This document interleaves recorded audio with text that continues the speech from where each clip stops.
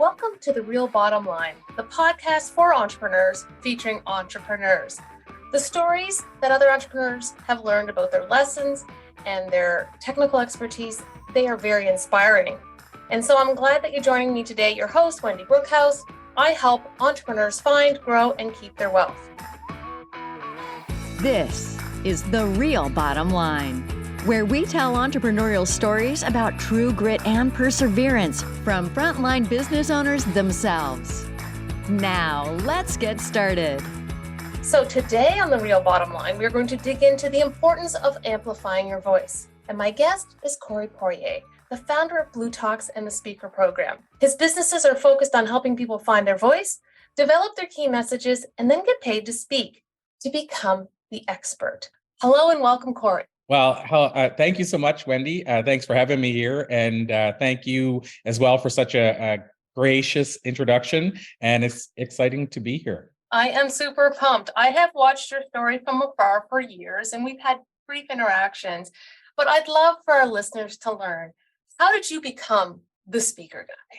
Well, so it's actually interesting. I started speaking 22-ish years ago after, we're both, I'd lived in the same city as you for a long time. And that's where it all got started, in fact, Halifax, Nova Scotia.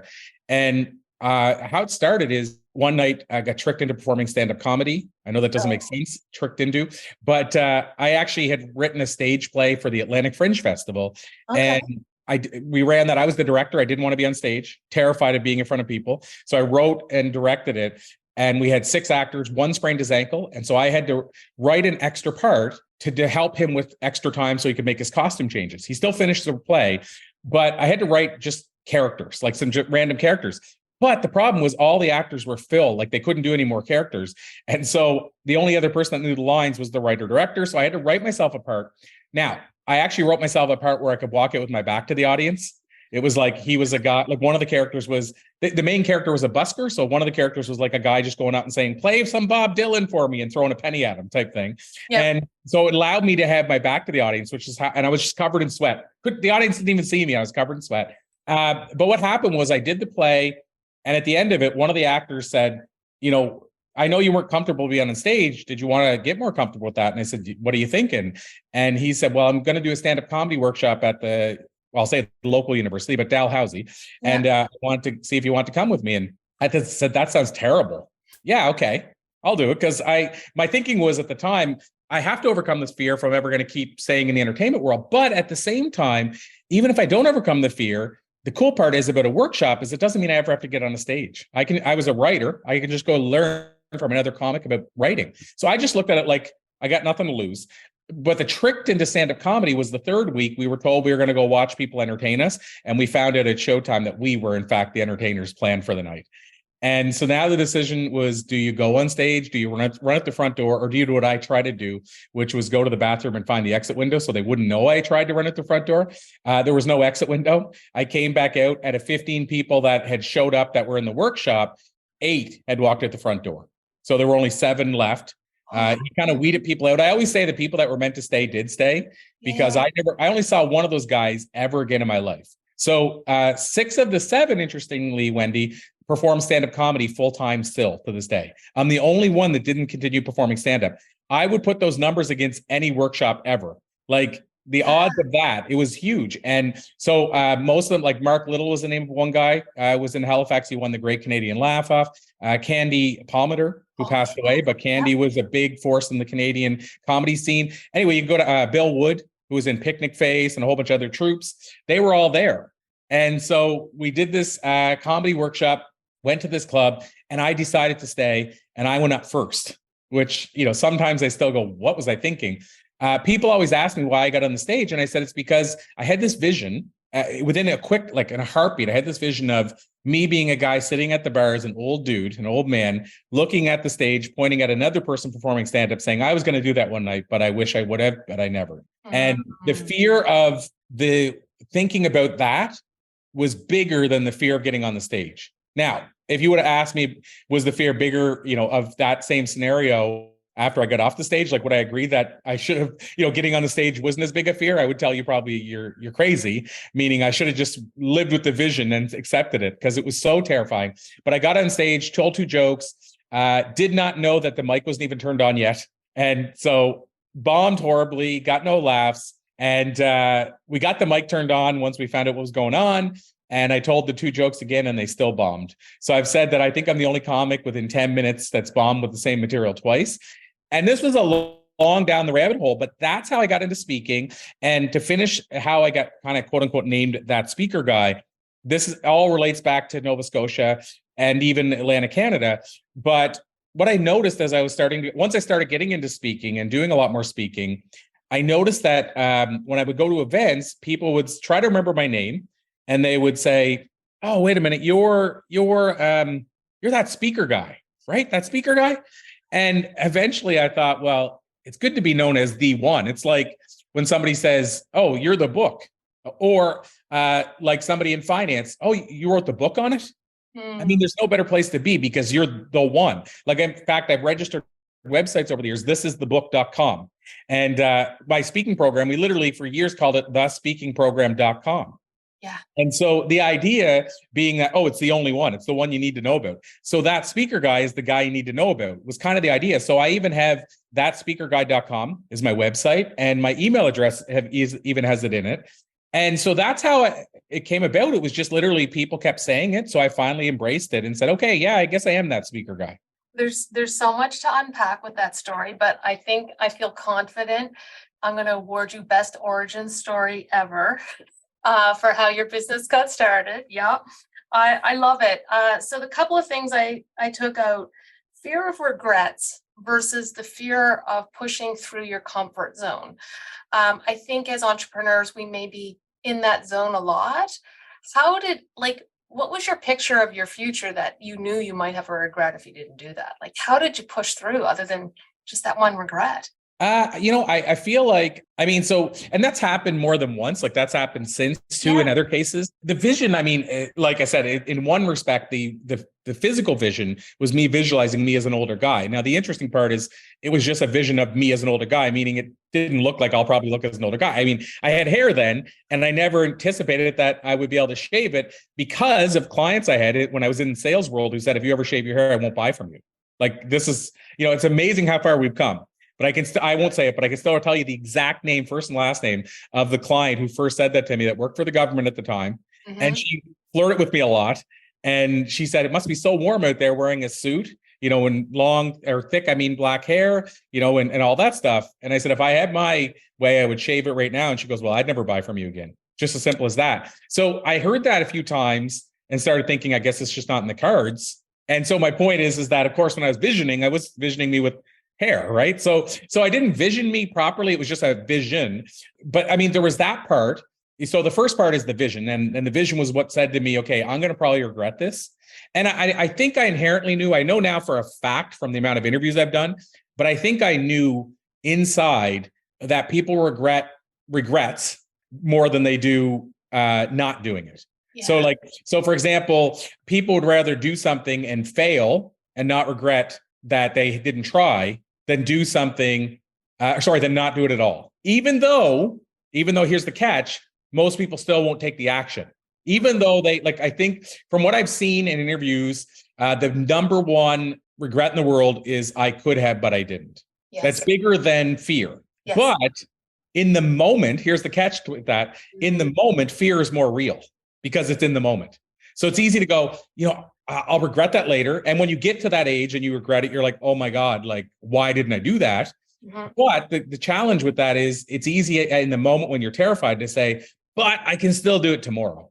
So what's interesting to me when I think about pushing through the comfort zone, that was your comfort zone then. Right. And so now you're that speaker guy, and you've spoken lots of times. Do you still have any twinges of fear or regret, worry about stuff when you're getting on a stage, or have you managed to conquer all of that? So interestingly, because even to tag onto what you said about how did I push through it, I will say there's no sexy answer, because back then at the comedy, I pushed through it by just being covered in sweat and forcing my way into the stage with all the heartbeats going and saying I might even die up here on stage. Cardiac arrest in my future. Okay. Yeah. So that was the first minute of it. So then what I did later on to help with those fears, and then I'll answer the bigger question, but what I did to help with those fears, like people always ask, what's the first thing I do when I go on stage now before I start speaking? And it used to be different. I used to try to meditate off kind of in the corner and just kind of be alone and meditate for a couple of minutes or whatever before I go on stage. But I found a flaw with that is that the meeting planners start getting worried because they're like, where's he at? Or even if you tell them, they're just like, but does he realize we're getting so close to time? Like I found it didn't work because it added stress that didn't need to be there for them. So I found a new solution, and it's what I do during most talks. I try to remember to do it even when I'm doing something like this. I don't always, but what I do is I think of somebody or what they said, but somebody who said to me that something I did changed their life for the better. And so it could be like a single mother that came up and said, I'm so glad you shared your story about being raised by a single mother and how when you were younger, you fought with her a lot and you did this and that, but then eventually you guys became really close and now, you're super close. And it makes me realize that even though I think that my kids aren't going to be happy with me later in life, maybe like you, they'll actually become my best friends. And so I remember things like that. Like it could be like, you said this, and this is how this is going to change my life. So what I do is I remember when somebody said that I impacted them in a positive way, that's what I think of before I walk on the stage. And the idea there is it reminds me to get out of my head about, oh God, I'm in front of an audience and realize I'm doing this for them, not me. Ooh. And that's, I find that when people say to me, what's the way to get over the fear of this or that, especially speaking. And I will say there's other things you can do. For example, know your topic inside and out. Mm-hmm. Be passionate about it. There's lots of other things you can do. But I feel like reminding yourself of why you're doing it in the first place and what could happen as a result of you doing it takes it out of it being about this person here. And I find that we're stuck in our own head. And I don't want to call it ego because it's not like you're doing it thinking, look at me go. It's the opposite kind of, but it's still an ego thing. Like we're battling our ego going, what if We're trying to protect ourselves. Yeah, what if my ego gets bruised up there? And I will tell you, Wendy, what I've discovered, it's a fear of the unknown, not a fear of rejection. The unknown, we don't know what's going to happen because you could knock it out of the park, but you don't know that. So your fear of what could happen. But to circle back to your question about, do I still get the fear now? I'll say yes. And the amount of fear is going to be dependent on how big the circumstance is. So for instance, if I'm doing, like when we do our virtual boot camp, you would think, okay, there's not much fear in that. It's like a Zoom call or like an interview like this.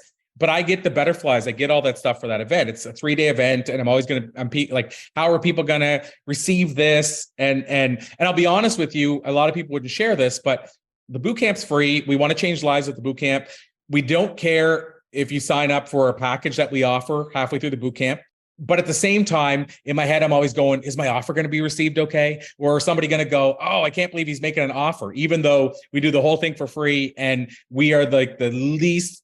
Like we literally tell you, if it's not for you, it's not for you. Like it's not one of those, you go to some events and you feel like there's people at the door that are blocking you from leaving if they make an offer. It's not that, but still, I get the nervousness of how's my offer going to go, even though it's 2 days later. And so I have to come out of that because again, I have to realize this is not for me. But it's my ego that gets in the way. So it depends on the nature of the event. Doing podcast interviews, rarely get nervous. When it comes, and same with Zoom. When it comes to live events, when I said depends how big it is, it really depends on, and I've had to learn this over time about myself.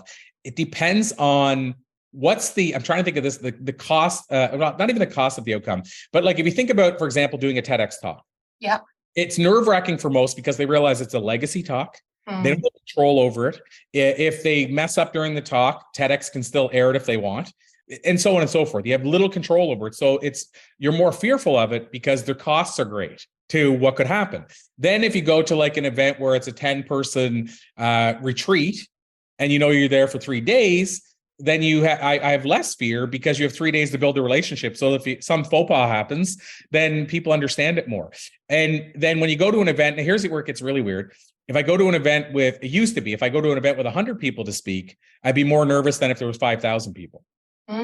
That's where it gets really intriguing. And now that's not, I've discovered over years, that's not the case for everybody. Some people can speak in front of 100 without a fear ever, and they get in front of 1,000 and they almost lose their marbles. Some people struggle to speak in front of 5, but could speak in front of 100,000 at a stadium. And so it's hard to say it's the same for everybody, but for me at least, here's how I'm going to answer that big question is I still get nervous.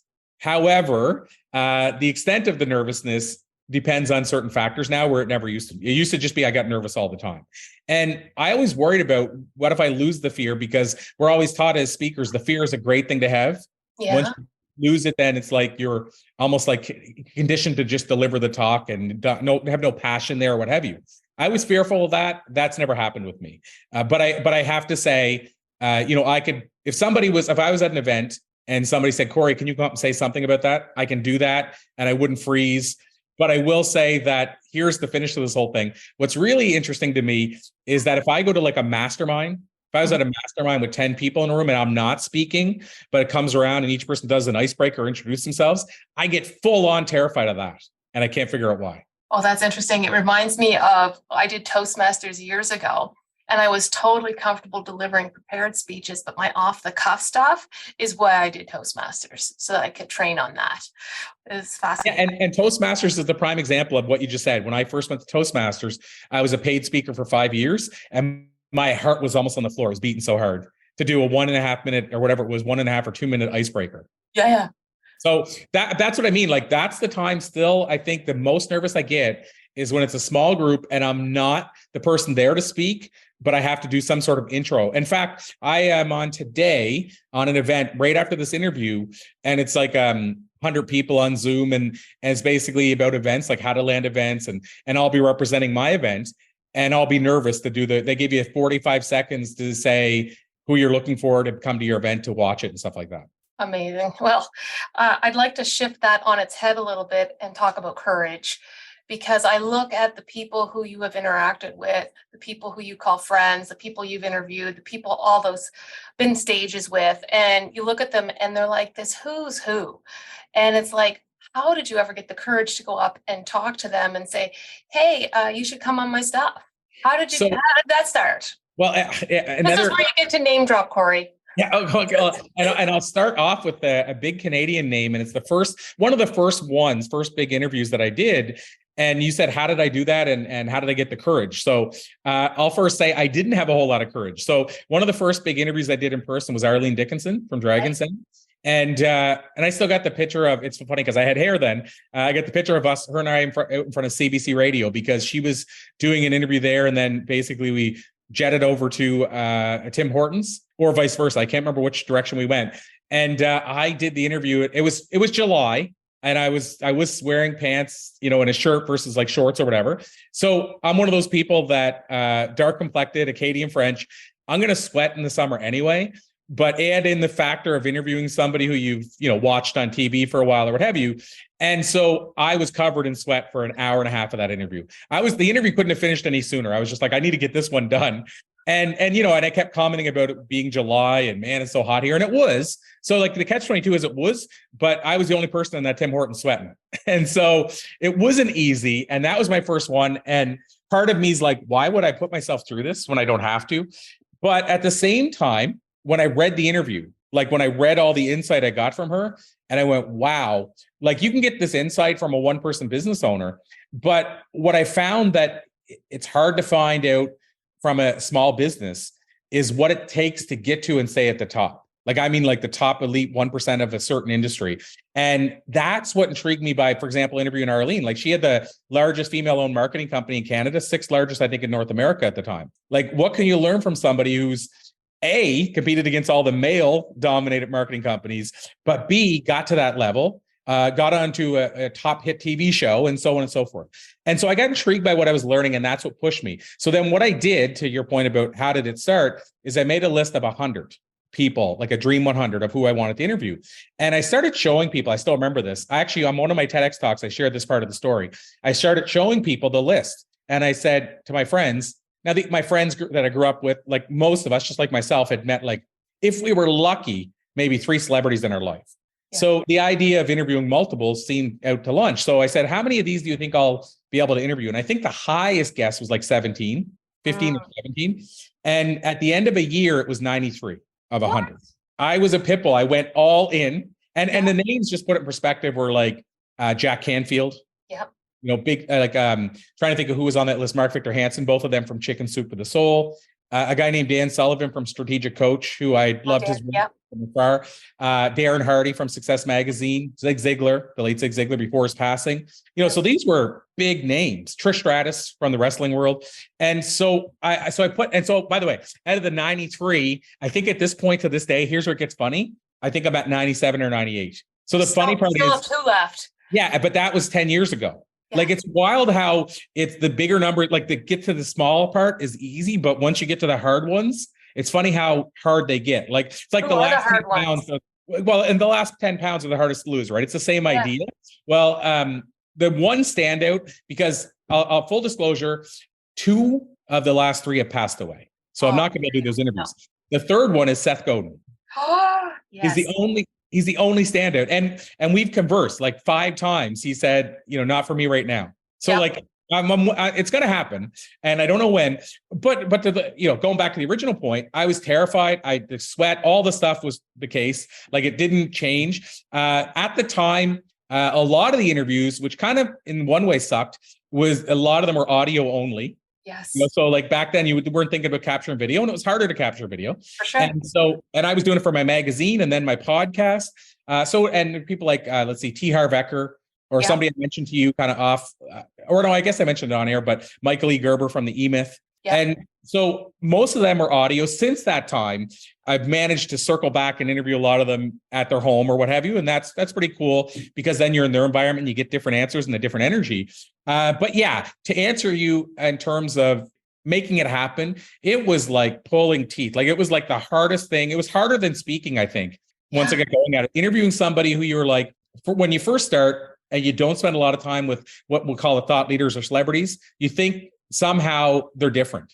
Yes. Meaning, like, you think, oh, they're going to judge me, or they've been where I haven't been, or what have you. And then you start building relationships and realize they're just like, when we hear that they put their pants on the same way as you or I, it's true. And I didn't believe it because I hadn't experienced it, but since that time, I've gotten so comfortable. Like, I was a huge fan of Biff Naked growing up, and going, and I've interviewed Biff now 4 or 5 times. And like, when I interview her, there's no nervousness. It's like talking to a friend, but it took a long time to get there. So I think my takeaway from, as I'm sharing this, is that 10,000 hour rule. It took time to get to the point where the sweat still wasn't happening. And now I can't blame the July thing. Now, I will say I still sweat in July, but I can know the difference if it's because of the interview or not. And it's usually not. A guy named Richard St. John, who wrote a book called 8 to Be Great. One time I interviewed him, and I thought it was fascinating because I had interviewed about 3,000 people at the time. Richard probably more than me. And I thought it was fascinating to put our both minds together and see stuff compared. And Richard told me his first interview was with Martha Stewart. What he did was he was at a TED conference. Like, he went to the TED conference every year, the main one, and all the names go there. And he said, I realized if I want to start doing these interviews, I might as well just stand by the bathroom. They all got to go to the bathroom at some point. So that's where he stood, and he had a little hand recorder, and his first person was Martha Stewart. And he said, Corey, like, I almost melted waiting for her to answer the questions and figuring out what I was going to ask next. And he said, I was terrified every time. He said, I'd go approach, forget the guy's name, but I think it was like the founder of Oracle or something. And he said, like, he was terrified. He didn't want to be approached by people. He was nervous. And he said, and then I would go and I was terrified. And I'm thinking, like he said later on, why was I terrified? Like, he didn't want to be around people. So it should have been an easy interview. But he said, today, and this is what I'm bringing this up for, today, he said, I could jump in Oprah's lap and do an interview. Nice. It's comfort.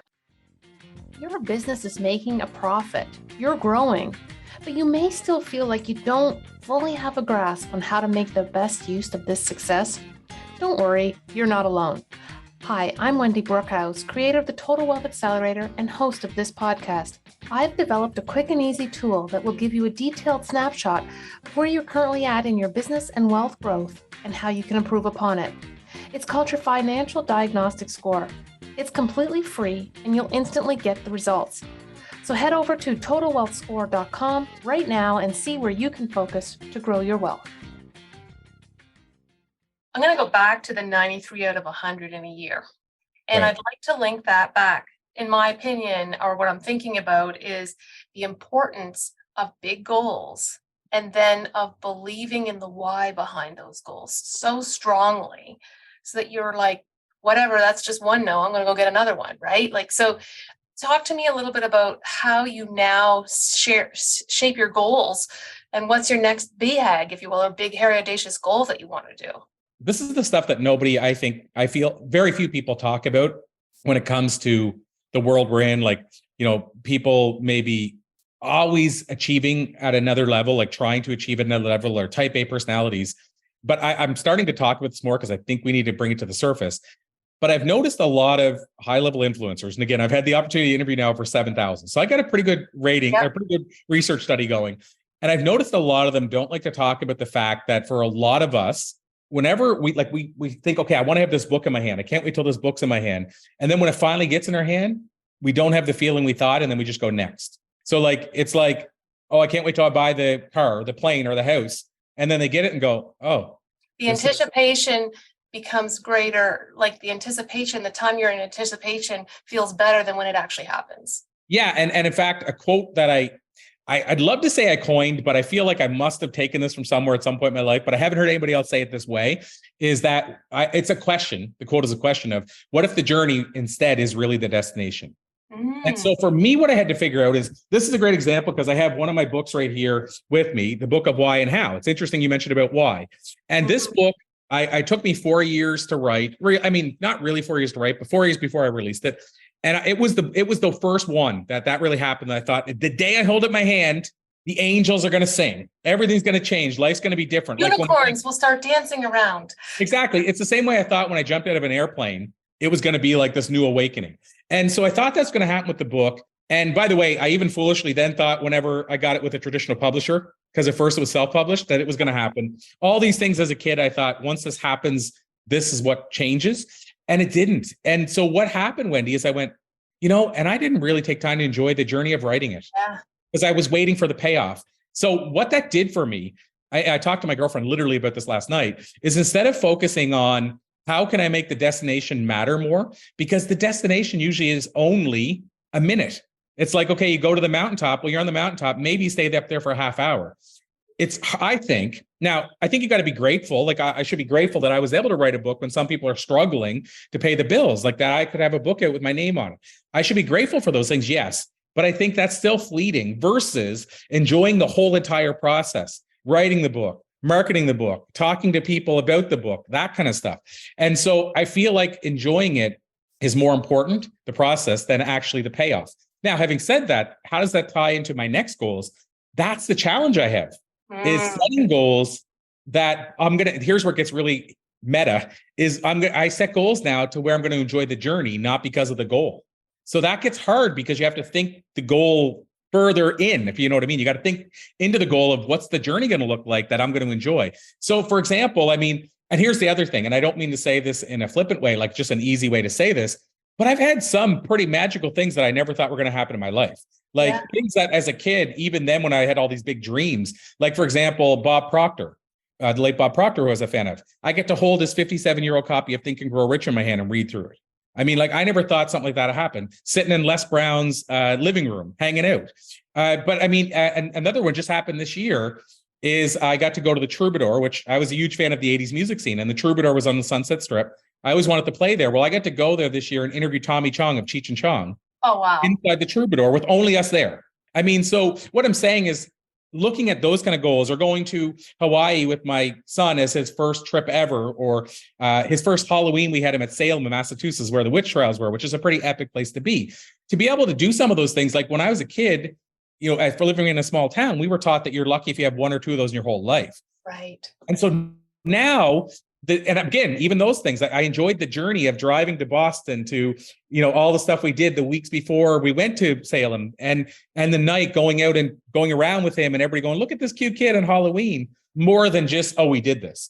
And so that becomes the new challenge is, again, how do I decide what are some epic things that I'm going to love the journey on versus just the payoff? So this isn't really a goal, but as an example, we're going next month to a writer's retreat with a guy named Richard Evans, who wrote The Christmas Box. He has 41 New York Times bestselling books, and we're going to learn from him about writing books. but I'm also going with my girlfriend, a chance, just her and I, not the kids, going to Utah. Both first time we've ever both been to Utah. So it'll be the journey about all that. Yes. Then it will be more about, we went to a writer's retreat and in this place. So I don't know if that answered the question, but because you were asking specific goals and, specifically, I'm looking at what are those things that I'm going to love. So for example, I want to do the 7 wonders of the world, but I want to do them because I want the journey of not just arriving in Egypt. I want the journey of getting there and meeting people along the way, meeting people near the pyramids, and then leaving the pyramids and discovering something near the pyramids that most people don't talk about. And so that's one of mine. But again, I figured it out based on what sounds like a great journey getting there. That's awesome. It feels like a little bit about teaching yourself how to live in the moment and engage and be present. And I think that is something that as entrepreneurs, we when we're type A or strivers, I think I've seen this a lot. You get the goal and then you go, okay, wow, I got there, next. And that I think is something that a lot of entrepreneurs struggle with, is to live in that moment of celebration, if you will, or recognition that you did make a serious milestone. This is something that you wanted to do when you were younger, and now here's where you're at. I mean, I just passed 100th episode of my podcast and I went nut bar on celebrating that because I wanted to relish and cherish that, because normally I would just gone, okay, let's do number 101. Right. So I think that's a lesson for entrepreneurs, is figuring out how to live in the moment of the journey. Well, and I will say this, because it's good timing, because it's here. This is a great example. I just received this plaque not that long ago in the mail, or this prize. And it's from Success Magazine, Emerging Entrepreneurs Award. And when I was younger, like I don't know how many copies, but I have like conservatively 200 copies of Success Magazine. Like back magazine. Yeah. I got it every month in the mail. And so like, you think like, and it was monthly. So you think about having 200 issues. Like I was all in. And so, I mean, like, I think it was like 10 years or something or more. Anyway, so I have all the issues of when I was reading it. And so when I was reading it and following it, because it was changing my life, I'm like, someday I'm going to be in that magazine. And so that was oh my God, when that happens, I'll have made it. And I shared a post on this the other day, actually. And what's interesting about it is I thought it was going to be the wow moment. And I got a text actually from a friend who used to be in one of my masterminds that I ran. And he said, Corey, want to reach out because I'm working on a book and I'd like to get some advice around it. And what triggered it is I saw you on page 73 of Success Magazine. Now, I haven't even held up my hand yet. So like it's an issue. Well, it's the May-June issue, so it's not even out. I'm waiting for it to come in the mail. I do not know how. He said we get them a month early. I don't know how that happens. He messaged me on the 1st of April about the May issue that hasn't even been released. He said we always get it early. So, and he sent me a picture. I have a picture of it scanned, and it's now in the digital. It's on the website. So now I got a digital version, but I'm waiting for the print to come in the mail. Here's the takeaway for me. I was like, wow, exciting. Like, this is amazing. That thing I thought about 18 years ago, whatever, is finally come to pass. But what I realized, Wendy, is it came back to a quote I heard Jim Rohn say one time. And I'm going to paraphrase the quote and say, what I realized, and this is what my post was, is that it was never about being in the issue of Success Magazine or holding that award in my hand. It was about who I had to become as a person to be in Success Magazine or hold that award in my hand, which ergo goes back to the fact that it was always about the journey. Awesome. And it's also cool to have somebody message you and say, hey, just saw you in Success Magazine. But it was never about that. And I thought it was. And by the way, the Jim Rohn quote, just to put it out there for people, Jim Rohn said something to the effect of, it's never about becoming a millionaire, because once you do, you could give all the money away and it wouldn't matter. Yeah. It's about who you have to become a millionaire in the first place. Right. And what I always add into that, because when we hear money and we think $1 million, it's not the thing it used to be anyway, because things cost so much more. But what he was really, I believe, saying is to becoming an enlightened millionaire. Like, in other words, he's not just saying it's not about becoming a person with money. Like, that's not how I took his quote. I took his quote as, you're striving to become a millionaire, but it's about becoming more as a person. It's about personal development, investing in yourself. It's all those things that you have to do to properly become a millionaire that's contributing to society, that's helping others, all those kind of things. That's how I took it. I called it enlightened millionaire in my head. Yeah. But that, to me, that's what it's about. It's about who do you become and what do you look like once the journey's done? And it's because of all those things that happen on the journey. So for me, Like I said, it was always about Success Magazine until it wasn't. And now I realize I'm a different person than that person that wanted to be in there. And it's because I strived for that, even if the feeling wasn't what I thought it was going to be once it happened. Well, I think it's also interesting too, and I believe this to be true. You mentioned something about giving it away, right? Because once you've become the person who can become a millionaire, you can do it again. Right. Right. That's what someone meant too, I think, is that I think so as well. you Yes. become that person. So now you can easily recapture that. Recapture, right. So when I go back to thinking about developing key messages, do all that stuff, do you think most entrepreneurs have the ability to be an expert on their subject? Or do you think that there's some that should and some that shouldn't? So this becomes an interesting question because I don't want to ever be biased on an answer. But I struggle with this because of, so one of the books I'm planning to work on, and I probably shouldn't share the title, but I will, is Instant Expert. Mm-hmm. And so my girlfriend gets fascinated by this because she knows my rant. I don't have many rants. My rant is when people call themselves certain things that clearly they're not. And when I say that, I don't judge people. Not authentic. Yeah. And I'd never go to somebody and say, you got to change this, or I don't like this. It's just when I see it, I'm like, really? And an example would be calling yourself a sought after speaker when you're struggling to get bookings and trying hard to get them and you only have 3 in a year. Like, to me, that's not authentic. So call yourself a professional speaker if you've been paid once. To me, you're a professional speaker once you've been paid, but don't say sought after if you're not sought after. To me, sought after is either A, people are reaching out and saying, can we hire you to speak? Or if you want to go real nuts, Les Brown, who gets 670 some invitations paid to speak when he can only do probably 100 in a year. I think the number he told me is 670. I'm going by memory, but it was well over what you could do in a year physically. Yeah, he would definitely fit the sought after category. 100%. And I do think you can say sought after if you have like 20 people a year reaching out and saying, Wendy, can we hire you to speak? That's still sought after because people are seeking you. But there's people calling themselves that have never had somebody reach out ever and say, will you speak for us? Yeah. So I only say this because for me, it's about, so this goes back to your point about expert. So this work is tricky because I think you have to have achieved it. And I think you can learn to become it. But the catch is, at what point are you faking it till you make it versus actually being there? So what I'm getting at here is, I'm going to give you an example. So with our Blue Talks brand, so you mentioned it off the top, we have this brand where we get people on stages that I call us like the mix between Chicken Soup for the Soul and TEDx. So I said, we're like their love child if they got together and had a baby.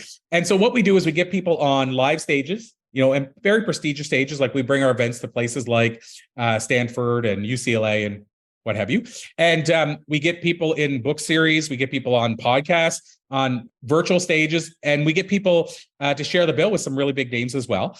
And so it's not abnormal, and you and I have talked about this, within a few months for somebody that's worked with us to have spoken on a really big prestigious stage, to have a video of them speaking, to have an as seen on banner saying they've been on Apple, Roku, Amazon, what have you, to co-write a book with a really big name author, to share the bill with some really big name thought leaders. So now in the eyes of a client who arrives at their website, they're an expert. So meaning they're an instant expert because as soon as you get there, if by the way, if they got all that stuff and never put it on their website and you went there today and looked at the website and then tomorrow you go there and all that stuff's there, they're an instant expert. And the reason I say that is they've done studies to show that your credibility increases 70% in a client's eyes if you just have an as seen on banner. So my point is, it depends on how you ask the question, Wendy. So if you're saying, can any entrepreneur become an expert? My answer is yes, unequivocally. Now, but it's become an expert in the eyes of others.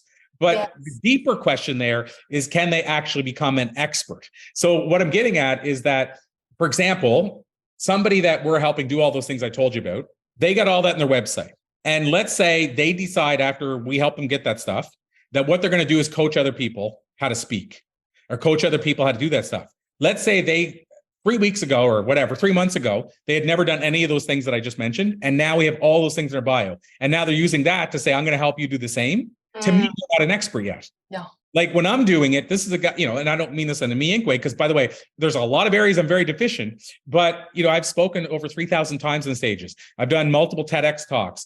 I've coached over 1,000 speakers. I've been on, I don't know the number of interviews, but between the ones I've done and been on, it's been probably 10,000. Yeah. And so I feel like I put in the work to be, and I don't even, the expert term is hard even still for me to say, but because I'm from a small town, but I put in the work to achieve that and be at that level, let's say. And so I struggle with saying that any entrepreneur can become an expert, because there's two sides of it. There's one is the expert in the side of everybody else, and we help you get that. But the plan is that you also are going to either become an expert in your area, or in most cases, they're already an expert. Like, for example, you're going to speak on our stage and you're already an expert in your area.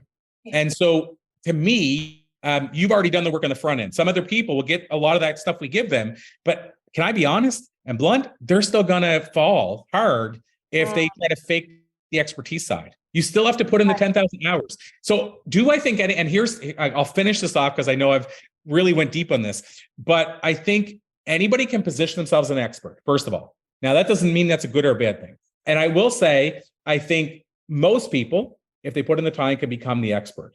Now, the thing you asked, the key words that I paid attention to was, should everybody be an expert? And that's where it gets hard for me to say, because I don't think everybody should be an entrepreneur.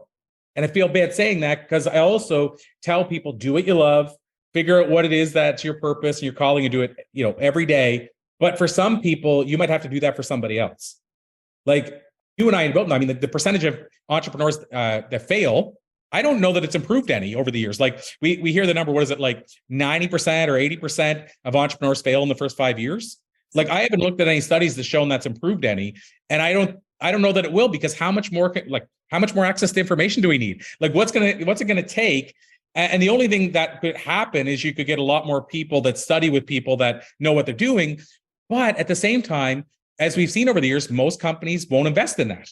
So I don't know that we can shift enough to change that. So if 90% of people fail at business, and then what, I don't know, Wendy, if you know the numbers, but what are the percentage that keep trying and keep failing until eventually they achieve? Like maybe out of that 90% that fail, some of them still stick with it. Yeah. Maybe 30% eventually achieve success in a different business. But I'm going to say a large percentage, probably over 50%, never succeed at business and go back to working for somebody else. Yeah. So it's cold to say, but I think some people aren't meant to be entrepreneurs. So then I'll also go one step further and say some people probably aren't meant to be experts.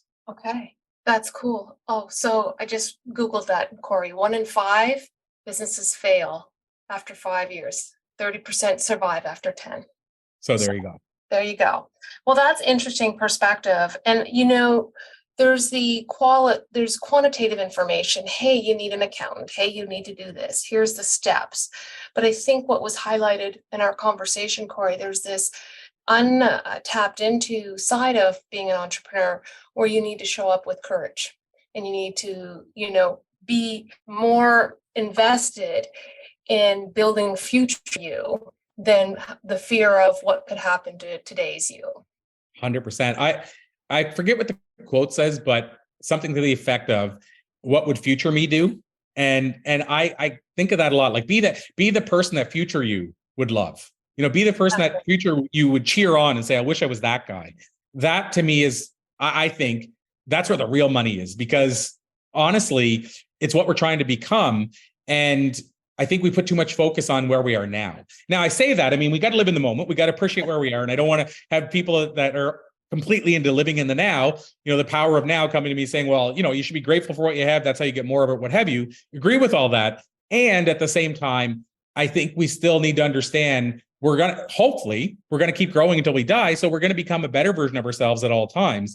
And if you could think of how exciting that's going to be, while also, goes back full circle to what we said earlier, while also enjoying the journey of getting there, that's where it all comes together. I will say, as a complete side note, I've asked this time machine question, which I'll probably ask you when I interview you, Wendy, is what would you say to your younger self if you could jump into a time machine and go back and talk to her based on what you've learned in the year since? And what I will tell you, the spoiler alert, I have a TEDx talk on this so people can watch it if they want. So 5 minutes, it's my shortest TEDx talk. But the spoiler alert is this: most people would tell themselves, do not change a thing. Interestingly, the same thing that we are stressing to the point of hating our life right now is the thing that won't matter in probably 10 months, let alone 10 years. And what our future selves know is, most cases, I mean, it's not always this way, but a lot of future selves go, I like where I am now, so I wouldn't change a thing. I had to go through all those trials that I hated to discover that. And the reason I even started asking that question is because I wondered, what if we were able to learn this sooner? Like, what if we were able to realize our older self would actually not even get in the time machine, by the way, 80 to 90% of the people I follow up and ask, would you get in the time machine? And say no, because I'm scared it would change something. So think about that. They like what they like themselves or what they've done or where their life is at now. But by the way, mostly it's when they're 50, when they say this or more or older, but they say, you know what? I don't even think I get in the time machine because I'd be scared it would change anything about who I am now. So imagine if we could somehow look at that and say, geez, that's the case almost all the time. What if I were to just realize that today? Now, it won't happen for a large percentage of people, but my hope is over time, it'll at least impact some people where they'll go, you know what, 18-year-old me, I need to settle down a bit and realize this isn't the end of the world, because most people's older self would look at this and say, I forgot that even happened. Crazy. Corey, this has been an amazing, amazing conversation. I've really enjoyed it. If you had one last thing that I didn't ask that you thought my entrepreneurial audience should hear, what would that be? So, I on one hand, I want to say it because we did talk about it, but I want, we talked about the idea of expert and we went down that rabbit hole a lot. So I'll just say, even though I said, not everybody can or should become an expert, what I will say is if you're going to go down that path, then find a way to build your credibility in front of your clients, because I find that a lot of people, and we talked with this, I think off air, but a lot of people have all these great achievements that they never tell anybody. Maybe they're embarrassed to tell people, or maybe they think it'll come across as I'm bragging or what have you. But if you don't tell anybody, nobody knows. And so even as a tip, your email signature, what do you have on there? And if you've been featured in Forbes, that should be on your email signature. And whatever that looks like, you might change it up from time to time, but it's your best real estate you'll ever have that most people don't use. So I would say it's worth building the credibility in the eyes of your clients and then leveraging it. But as we said earlier, do the work. You still need to become the expert. So because that's really short, because we kind of already did cover that, the thing we didn't cover that I would tell people is, as early as you can, if you haven't already done this, discover what your purpose is. Yeah. Everything changed in my life whenever. Now, for me, I always say the gateway to purpose is passion. So passion to me is what you do. Purpose is why you're doing it. I find very few people discover why I'm doing this until they discover what they're doing that makes them excited about that. And your passion could change 100 times. Yeah. Purpose rarely changes a lot. So for me, early on, that stand-up comedy I thought was my passion. Then it became speaking. Then it became writing. But what I've discovered over time is my purpose is to create a positive ripple in the lives of everybody I come in contact with. That's my why. And I have various platforms, so passions, to get it out there to people. But the reason I bring this up, Wendy, is I've talked about purpose and passion, whichever P you want to use, as being a thing I call vitamin P. And it's the only vitamin you can't buy in the store. Yeah. And it's the most important vitamin you'll ever take in your life. Reason I say that is most of the people I know that live on purpose are happier more often. People want to be around them more. They get excited more. They get sick less. If they work somewhere, they don't go into work. They don't call in sick as often. They don't get stressed as often. And I could go on and list probably 50 things. To me, that's a powerful vitamin, and it changed everything. So real world talk, whenever I was in my mid-20s, I battled anxiety first and then hypochondria, each for about 2 years. Now, the anxiety continued on through the hypochondria, so I guess it was 4 years. But I had anxiety, crippling anxiety for years. And then for about 2 years, I had hypochondria. For those that don't know what that is, it meant every disease I read about, I started developing symptoms.